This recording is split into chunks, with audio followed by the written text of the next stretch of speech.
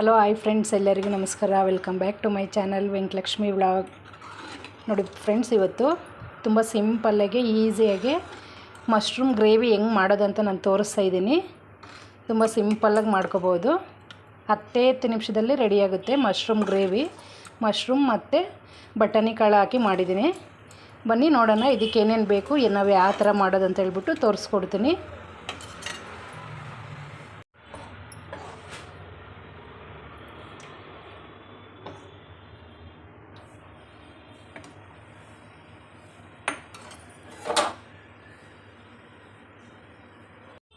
ನೋಡಿ ಫ್ರೆಂಡ್ಸ್, ಇವಾಗ ಮಶ್ರೂಮ್ ಗ್ರೇವಿಗೆ ನಾನು ಫಸ್ಟು ಮಶ್ರೂಮ್ ಒಂದು ಪ್ಯಾಕೆಟ್ ತೊಗೊಂಡಿದ್ದೀನಿ.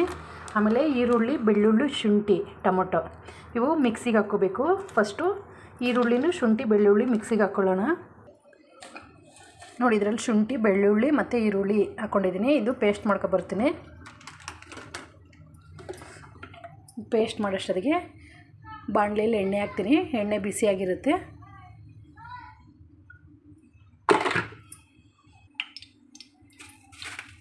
ಎಣ್ಣೆ ಹಾಕಿದ್ಮೇಲೆ ಸ್ವಲ್ಪ ಜೀರಿಗೆ ಹಾಕ್ಕೋಬೇಕು.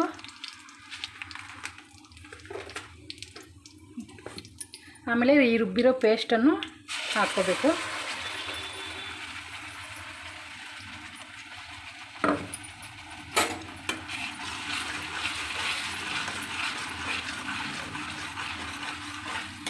ಇದು ಚೆನ್ನಾಗಿ ಫ್ರೈ ಆಗಬೇಕು.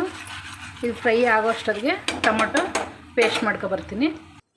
ಟೊಮೊಟೊ ಪೇಸ್ಟ್ ಮಾಡೋವಾಗ ಇದಕ್ಕೆ ಗೋಡಂಬಿಯನ್ನು ಹಾಕ್ತೀನಿ. 10 ರೂಪಾಯಿ ಪ್ಯಾಕೆಟ್ ಗೋಡಂಬಿ ಬರುತ್ತಲ್ಲ, ಅದು ಫುಲ್ ಹಾಕಿದ್ದೀನಿ.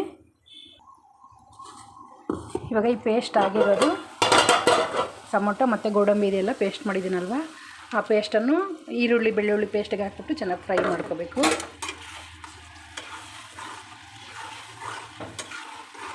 ಇದು ಫುಲ್ ಹಸಿ ವಾಸನೆ ಹೋಗೋವರೆಗೂ ಚೆನ್ನಾಗಿ ಫ್ರೈ ಮಾಡ್ಕೋಬೇಕು.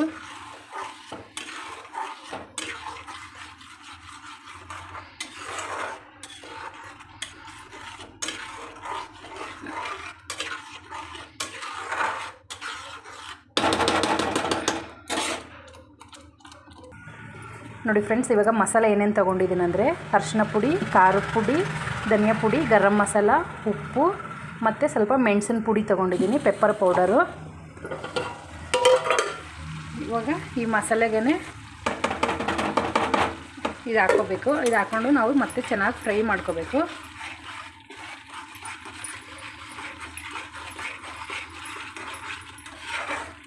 ಬತ್ತಿ ಸ್ವಲ್ಪ ಕಮ್ಮಿ ಇಟ್ಕೊಳ್ಳೋಣ.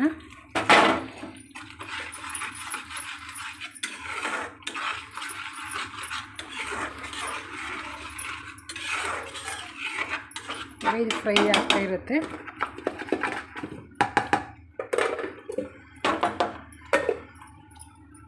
ಇವಾಗ ನೀರು ಹಾಕ್ಬಾರ್ದು, ಯಾಕಂದರೆ ಇದು ಮಸಾಲೆ ಚೆನ್ನಾಗಿ ಫ್ರೈ ಆಗಬೇಕು. ಮಸಾಲೆ ಫ್ರೈ ಆದಮೇಲೆ ಸ್ವಲ್ಪ ನೀರು ಹಾಕೋಣ. ಇವಾಗ ಇದಕ್ಕೆ ನಾನು ಹಾಲಿನ ಕೆನೆ ಯೂಸ್ ಮಾಡ್ತಾಯಿದ್ದೀನಿ. ತುಂಬ ಟೇಸ್ಟಿಯಾಗಿರುತ್ತೆ ಇದು.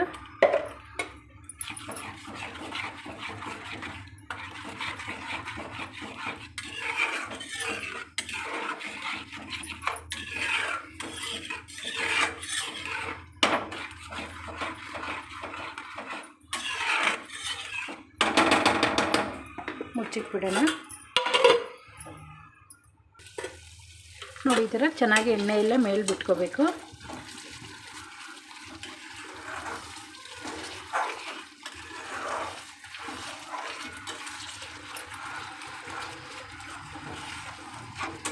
ಚೆನ್ನಾಗಿ ಮಿಕ್ಸ್ ಮಾಡ್ಕೋಬೇಕು, ಯಾಕಂದರೆ ತಳ ಹಿಡಿತದೆ.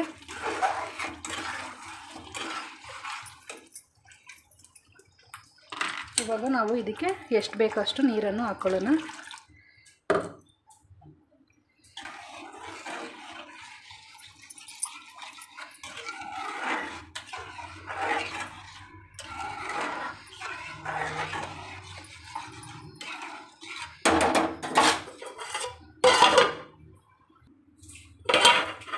ನೋಡಿ ಫ್ರೆಂಡ್ಸ್, ಈ ಕಡೆ ಗ್ರೇವಿ ರೆಡಿ ಆಗ್ತಾಯಿದೆ. ಇವಾಗ ಇಲ್ಲಿ ಈ ಸೈಡ್ ಒಂದು ಬಾಣಲಿ ಇಟ್ಕೊಂಡು ಇದರಲ್ಲಿ ಮಶ್ರೂಮ್ನ ಫ್ರೈ ಮಾಡ್ಕೊತೀನಿ. ಸ್ವಲ್ಪ ಎಣ್ಣೆ ಹಾಕ್ಬಿಟ್ಟು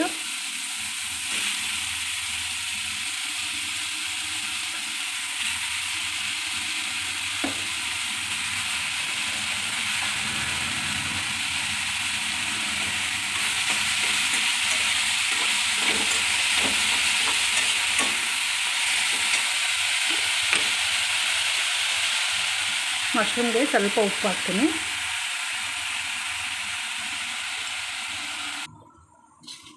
ನೋಡಿ ಇವಾಗ ನಾನು ಬಟಾಣಿ ಕಾಳು ಹಾಕ್ತಾಯಿದ್ದೀನಿ. ನಿಮಗೆ ಟೈಮ್ ಇದ್ದರೆ ಫ್ರೈ ಮಾಡಿ ಹಾಕ್ಬೋದು. ನಾನಿವಾಗ ಹಂಗೆ ಹಾಕ್ತಾಯಿದ್ದೀನಿ, ಯಾಕಂದರೆ ಎಳೆ ಕಾಳು ಬೆಂದೋಗ್ಬಿಡುತ್ತೆ, ಏನು ತೊಂದರೆ ಇಲ್ಲ.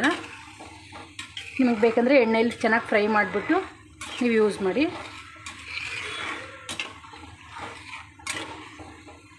ನಾನಾದರೆ ಹಂಗೆ ಹಾಕಿದ್ದೀನಿ. ಹಿಂಗೂ ಹಾಕ್ಬೋದು, ಏನು ತೊಂದರೆ ಇಲ್ಲ.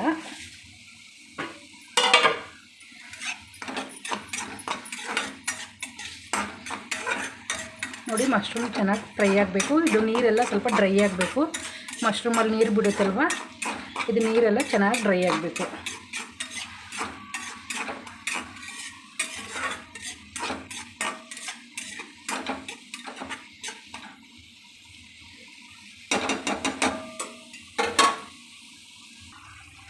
ನೋಡಿ ಈ ಥರ ಕುದಿಯೋವಾಗ ನಾನು ಇದಕ್ಕೆ ಸ್ವಲ್ಪ ಕಸ್ತೂರಿ ಮೇಥಿನೂ ಹಾಕ್ತೀನಿ.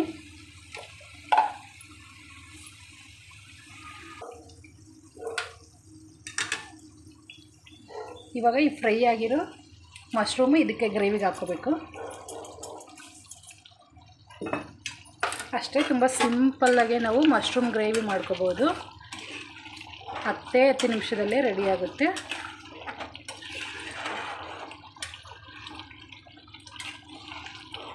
ಈಗ ಆಲ್ಮೋಸ್ಟ್ ಆಯಿತು. ಇನ್ನೊಂದು ಸ್ವಲ್ಪ ಗಟ್ಟಿಯಾಗಬೇಕು ಗ್ರೇವಿ.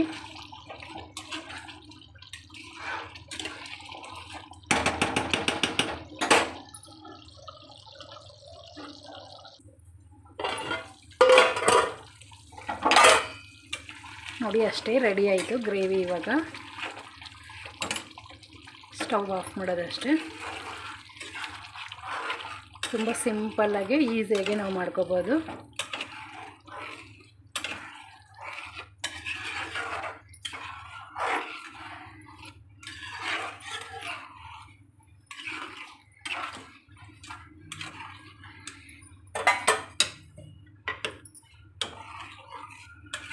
ರೈಸ್ಗೆ, ಪೂರಿಗೆ, ಚಪಾತಿಗೆ, ದೋಸೆಗೆ ತುಂಬ ಚೆನ್ನಾಗಿರುತ್ತೆ.